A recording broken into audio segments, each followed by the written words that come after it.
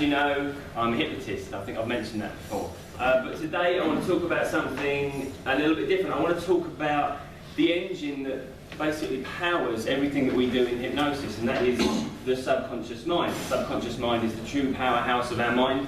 And let's fire up that engine now. So everyone, do this. Did I mention it's going to be interactive today? Do this. Bang your hands together. Put your fingers and your thumbs. Squeeze nice and tight. Put your hands up like saying your prayers. Point your index fingers to the sky about an inch apart from each other. Look at the gap between your fingers. Imagine your fingers are magnets and watch as the magnets come closer and closer together. That's 5 and force it. Allow the magnetism to pull the fingers all the way until the fingers touch. And the moment the fingers touch, you can put your hands down, straighten them out, and that's that all done. Okay. Well done, everyone. Now, your logical conscious mind probably worked out very quickly you didn't actually have magnets in your fingers.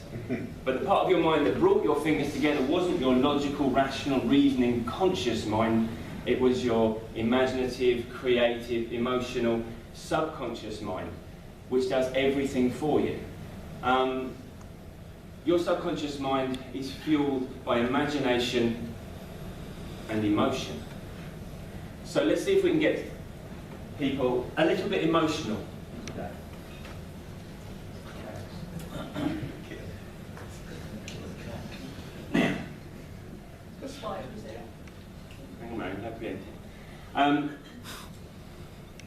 Beneath this elegant off-white towel is a box. Now this is a very special box. This box is called a vivarium. Now a vivarium could be defined as a container or an enclosure specifically with the purpose of housing a sampling of an animal's natural environment. So traditionally you'd have something in here that wasn't native to these shores, okay? Now the sort of things you would find in a vivarium, reptiles like little lizards and stuff, snakes, although this would be quite a small snake if it was, some of the bigger insects, the more exotic bugs. But some of you already know, I own a spider, I own a tarantula. It's a chili red zebra, his name's Parker. Because he's a spider, man. Now as it doesn't like light too much, so I'm keeping this on as long as possible. But I'm guessing some of you are feeling a little bit uncomfortable at the prospect of meeting Parker. Would that be fair to say? Some of you? Just raise your hand if you don't want me to bring this closer to you. Okay, all down the end there, we've got Terry, yeah. It's always the big, strong, physical types. Okay. The interesting thing is... the interesting thing is, I don't actually think any of you are scared of spiders. And you're probably you probably feel fear, yeah? Probably feeling a little bit, don't really want to choose. And it's simply because logically, you know this is in here. None of you will come into physical contact with Parker today. Guaranteed, I wouldn't allow it. But at the same time, you're feeling slightly uncomfortable, slightly uneasy with this. It's not the spider you're scared of, it's just the idea of the spider. Because there isn't actually a spider in here. I knew you'd say that one. But the thing is, okay, the fear was real though. You felt the fear, even though the spider wasn't. Because it was all in your imagination. Your imagination is a powerful thing. Your imagination becomes your reality when your subconscious mind commits to something you cannot consciously override it. I'm going to give you a demo of this now. Can I already ask Charlotte if she'll come up and just do this demo with me? Can I give Charlotte a round of applause?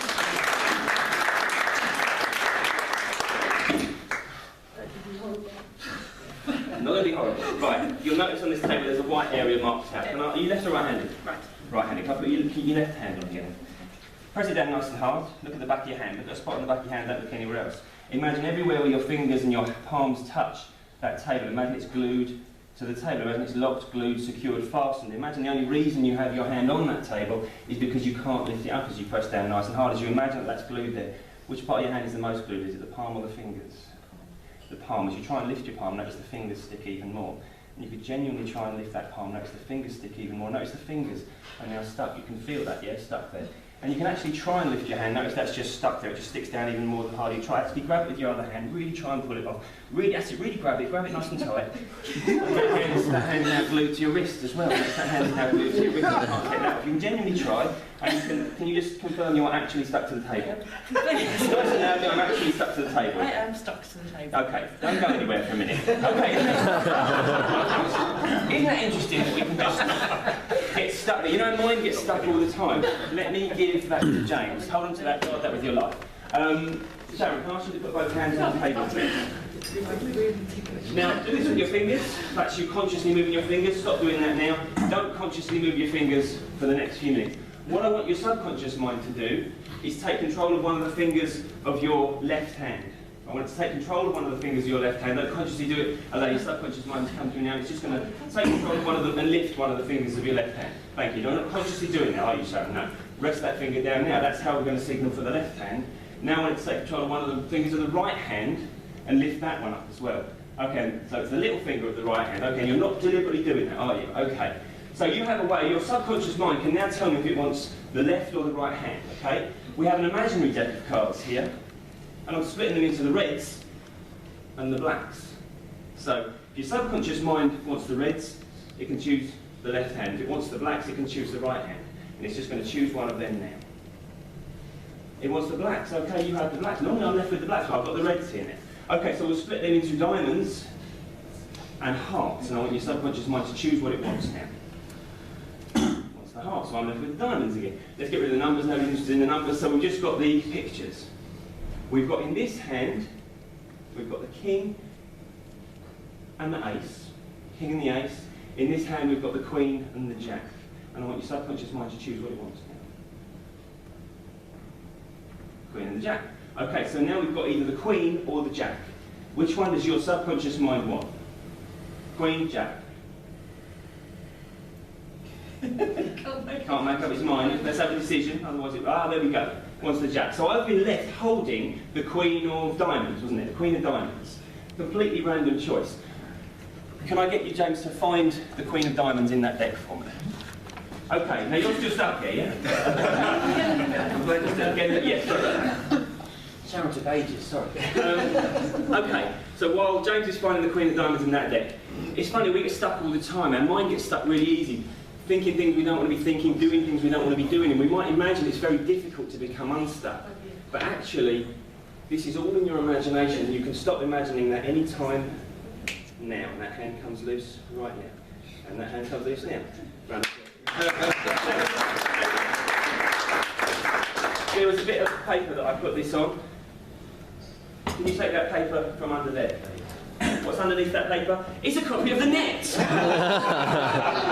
What's the date today, somebody? 18. 18. Can you turn to page 18 in the net? Have you got that card yet, James? It's in there. Queen of Diamonds. Right, your subconscious mind is a very powerful thing. If you'd like to find out how to become a subconscious superhero, then talk to me and Zoe. We're Box and Clews. Thank you very much.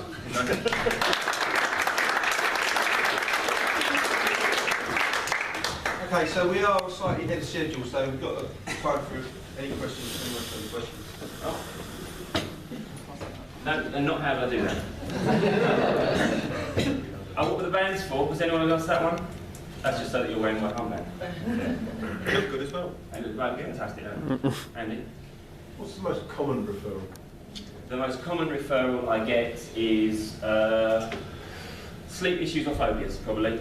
I don't know whether that's because that's what I specialise in at Harley Street, but most of the people are sleep issues or phobias. Fine. Have we done this just now? Why did my fingers go together? Because you're an awkward bastard. You're a locksmith. Because you were resisted. Okay. To what extent do you work with people where their fear is not something tangible, but their fear is, if we think of the business world, quite often business owners are fearful of making that leap to growing their business or fearful of expansion. This is exactly what me and Zoe talk about in our talks. Okay, we don't know, we're not business experts, but there's two elements to everything that happens with business. There's the know-how of doing the business, and there's those fears that limit you in actually doing the things you know you should be doing. You probably all experience that feeling where we know what we should be doing, but we feel restricted and blocked in actually doing it. That's where your subconscious mind comes in. Your subconscious beliefs, your subconscious patterns are put in at a very early age. Most of the time, before you're even an adult, up to the age about 8 or 9. Wouldn't it be weird if your attitude to money was developed when you were a child? If your attitude to how to deal with people and your relationship was developed as a child? That's because you learn things, and then your subconscious mind applies those principles across the board, and it just keeps doing it. I'll keep doing this, the world didn't end, this is what reality is about. So what we deal with is getting rid of those blockages, those glass ceilings. Everyone knows how to train fleas, yeah? Okay, I'll tell you how to train fleas. Right, in the 19th century, flea circuses were very popular. They were a very popular sideshow attraction, and the people that owned these flea circuses had a very specific method of training their fleas. They would put them in enclosures with glass ceilings on them. The ceilings that the fleas couldn't see, and they would do what fleas do, they would jump, and they would hit the ceiling. Now, tragically, many of these fleas died. But the ones that survived very quickly learned not to jump so high. That's how we're conditioned, that's how we're trained as children. We do something, it hurts, and then we don't ever try and jump that high again. So we get rid of those glass ceilings, and we let people realise there's nothing there anymore. And they're not going to hit the ceiling when they aim for the stars.